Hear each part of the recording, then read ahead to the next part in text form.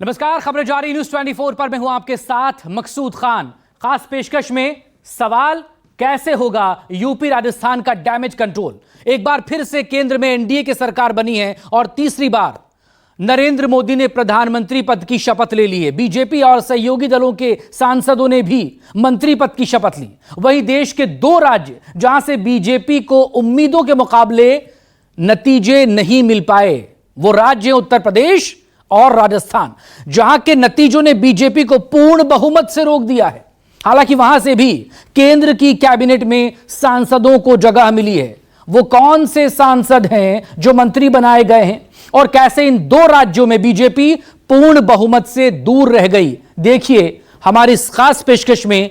इस सवाल का जवाब तलाशने की कोशिश होगी कि कैसे दूर होगा यूपी राजस्थान का यह डैमेज कंट्रोल।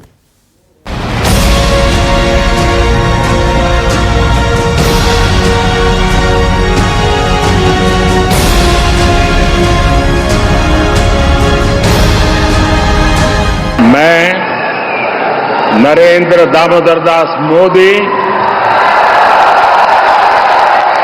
मैं राजनाथ सिंह, आई जयंत चौधरी, मैं गजेंद्र सिंह शेखावत, मैं भूपेंद्र यादव, मैं अर्जुन राम मेघवाल। 2024 के लोकसभा चुनाव नतीजों के बाद आखिरकार मोदी के नेतृत्व में एनडीए की सरकार बन गई। नरेंद्र मोदी ने लगातार तीसरी बार देश के प्रधानमंत्री के तौर पर शपथ ली।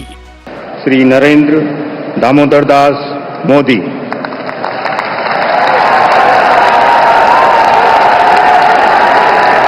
मैं नरेंद्र दामोदर दास मोदी ईश्वर की शपथ लेता हूं कि मैं विधि द्वारा स्थापित भारत के संविधान के प्रति सच्ची श्रद्धा और निष्ठा रखूंगा। और इस शपथ के साथ एनडीए ने लगातार तीसरी बार केंद्र की सत्ता पर कब्जा जमा लिया। मैं राजनाथ सिंह ईश्वर की शपथ लेता हूं कि मैं विधि द्वारा स्थापित भारत के संविधान के प्रति सच्ची श्रद्धा और निष्ठा रखूंगा। मैं भारत की प्रभुता और अखंडता अक्षुण्ण रखूंगा।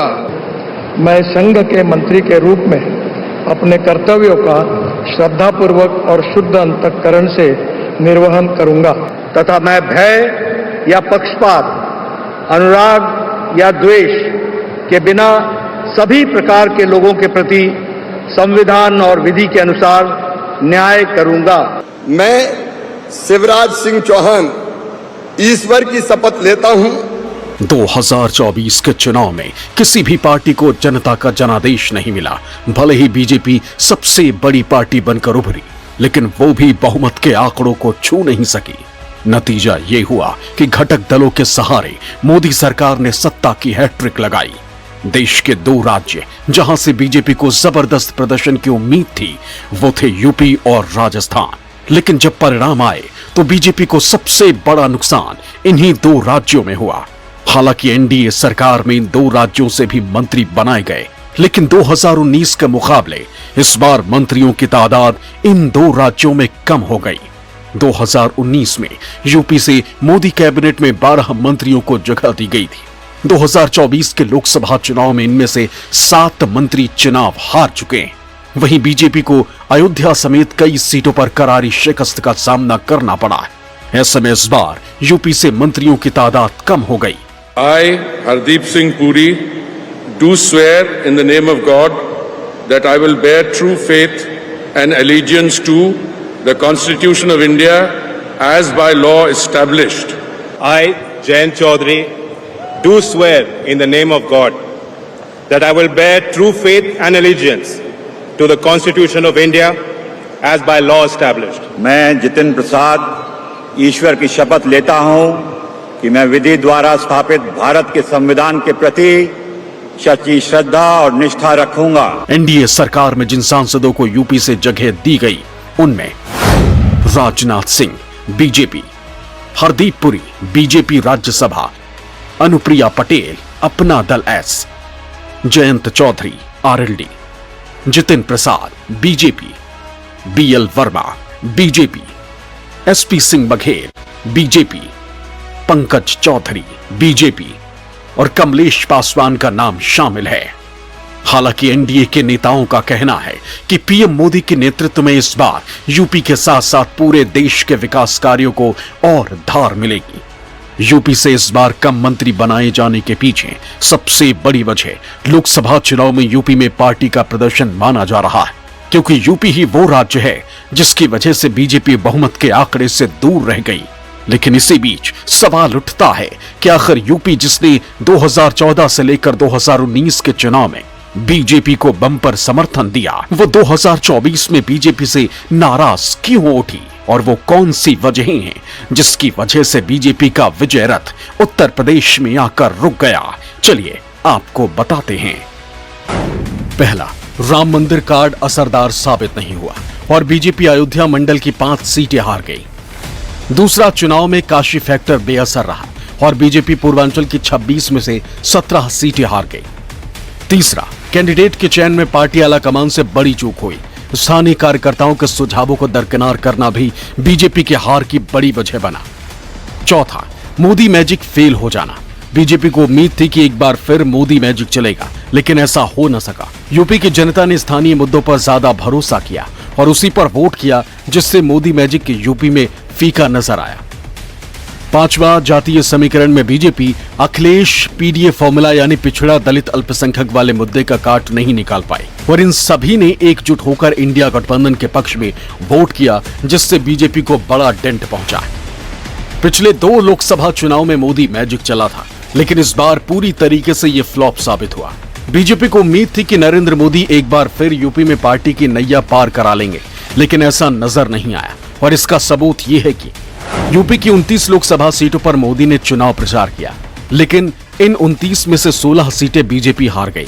वहां सिर्फ 13 सीटों पर पार्टी को जीत नसीब हुई, यानी 55% सीटों पर हार और मात्र 45% सीटों पर जीत बीजेपी दर्ज कर सकी। इस चुनाव में जो उम्मीदें नरेंद्र मोदी के चमकते चेहरे से थी भारतीय जनता पार्टी को, वो जमीन पर आकार नहीं ले सकी। इसमें कोई शक नहीं कि नरेंद्र मोदी ने उत्तर प्रदेश में धुआंधार प्रचार किया।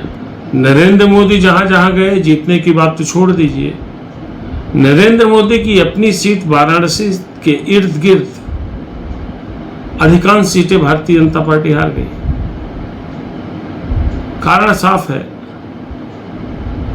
जो फार्मूला अपोजिशन ने अपनाया वो ज्यादा कारगर रहा। यूपी में पिछले 2 चुनावों में बीजेपी ने अपने सहयोगी दलों के साथ बम्पर जीत दर्ज की थी, लेकिन इस बार ऐसा नहीं हो पाया और इसकी बड़ी वजहों में से एक है मुस्लिम वोट बैंक का इंडिया गठबंधन में शिफ्ट होना। दरअसल मुस्लिम वोट बैंक का इंडिया गठबंधन में शिफ्ट होने की सबसे बड़ी वजह रही कांग्रेस और समाजवादी पार्टी का गठबंधन। लोकसभा चुनाव में कांग्रेस और समाजवादी पार्टी के गठबंधन में लड़ने से मुस्लिम वोट बैंक जो कांग्रेस के साथ रहता था, वो समाजवादी पार्टी के भी पक्ष में पड़ा और इसी का परिणाम है कि बीजेपी अपने किले को नहीं बचा पाई और यूपी में बीजेपी को करारी हार का सामना करना पड़ा। उधर अखिलेश यादव ने एनडीए सरकार के गठन को लेकर सोशल मीडिया एक्स पर एक तंज भरा पोस्ट लिखा। उन्होंने लिखा, ऊपर से जुड़ा कोई तार नहीं, नीचे कोई आधार नहीं, अधर में जो है अटकी हुई वो तो कोई सरकार नहीं। नकारात्मक राजनीति खत्म हुई है, सकारात्मक राजनीति का दौर शुरू हुआ है। जनता की मुद्दों की जीत हुई है। एक तरफ यूपी में बीजेपी को करारा झटका लगा है, तो वहीं दूसरी तरफ मरुधरा की धरती पर भी भगवा का रंग फीका पड़ गया। जिस राजस्थान में 2019 में बीजेपी ने क्लीन स्वीप किया था, उसी राजस्थान में 2024 के रण में बीजेपी का किला ढह गया। बीजेपी के खाते में 14 सीटें आई हैं, वहीं कांग्रेस ने 8 सीटों पर जीत का परचम लहराया। 1 सीट सीपीआई-एम के हाथों में गई, वहीं आरएलटीपी को 1 और भारत आदिवासी पार्टी ने 1 सीट पर जीत दर्ज की। हालांकि राजस्थान में भले ही बीजेपी को भारी नुकसान झेलना पड़ा, लेकिन एनडीए की कैबिनेट में सांसदों को जगह मिली। अलवर सीट से सांसद चुने गए भूपेंद्र यादव। जोधपुर से गजेंद्र सिंह शेखावत ने भी कैबिनेट मंत्री पद की शपथ ली। बीजेपी सांसद अर्जुन राम मेघवाल ने राज्य मंत्री स्वतंत्र प्रभार पद की शपथ ली। अजमेर से सांसद भागीरथ चौधरी। मैं गजेंद्र सिंह शेखावत ईश्वर की शपथ लेता हूं कि मैं विधि द्वारा स्थापित भारत के संविधान के प्रति सच्ची नित श्रद्धा और निष्ठा रखूंगा। मैं भूपेंद्र यादव ईश्वर की शपथ लेता हूं कि मैं विधि द्वारा स्थापित भारत के संविधान के प्रति सच्ची श्रद्धा और निष्ठा रखूंगा। मैं अर्जुन राम मेघवाल ईश्वर की शपथ लेता हूं कि मैं विधि द्वारा स्थापित भारत के संविधान के प्रति सच्ची श्रद्धा और निष्ठा रखूंगा। हालांकि राजस्थान की पूर्व मुख्यमंत्री वसुंधरा राजे के बेटे और 5 बार के सांसद दुष्यंत सिंह को मोदी सरकार में जगह नहीं मिली, जिससे राजस्थान में सियासी पारा हाई है, क्योंकि माना यह जा रहा था कि 2024 में राजस्थान से दुष्यंत सिंह को बीजेपी मंत्रिमंडल में शामिल करेगी, लेकिन ऐसा नहीं हुआ। वहीं सवाल ये उठ रहे हैं कि जिस राजस्थान में बीजेपी ने विधानसभा चुनाव में बम्पर जीत दर्ज की, जिस राजस्थान में 2019 में क्लीन स्वीप किया, उस राजस्थान में बीजेपी का ये हाल कैसे हुआ? दरअसल राजस्थान में भाजपा के पक्ष में मतदान करने वाले लोग भी 11 सीटें हारने की सच्चाई को पचा नहीं पा रहे। उम्मीदें आसमान पर थी, लेकिन नतीजों ने जमीन पर ला दिया। पूरे चुनाव प्रचार के दौरान पार्टी कहीं नजर ही नहीं आई। मोदी के नाम के सहारे प्रत्याशी रण क्षेत्र में अकेले जूझते नजर आए। प्रदेश अध्यक्ष सीपी जोशी चित्तौड़गढ़ की सरहद में फंसे रहे। केंद्रीय मंत्री अपनी अपनी सीटों को निकालने की जुगत में लगे रहे। पार्टी के प्रदेश प्रभारी अरुण सिंह पूरे चुनाव के दौरान राजस्थान में नजर ही नहीं आए। पहली बार भाजपा की तरह चुनाव लड़ती नजर आई ही नहीं। अकेले मुख्यमंत्री सभी 25 सीटों पर कमल खिलाने के लिए जोर लगाते रहे। कैंडिडेट का चुनाव भी हार का प्रमुख कारण रहा। साथ ही विनिंग कैंडिडेट का टिकट काटना पार्टी को भारी पड़ा। 10 साल राज्य के मुख्यमंत्री रही वसुंधरा राजे का राज्य में जिस तरह उपयोग किया जाना चाहिए था, शायद नहीं किया गया। सबसे अहम सवाल ये कि पहली बार संघ भाजपा के लिए हमेशा की तरह खुलकर मैदान में उतरा क्यों नहीं? संघ के पर्दे के पीछे से सक्रिय न होने के कुछ तो कारण रहे होंगे।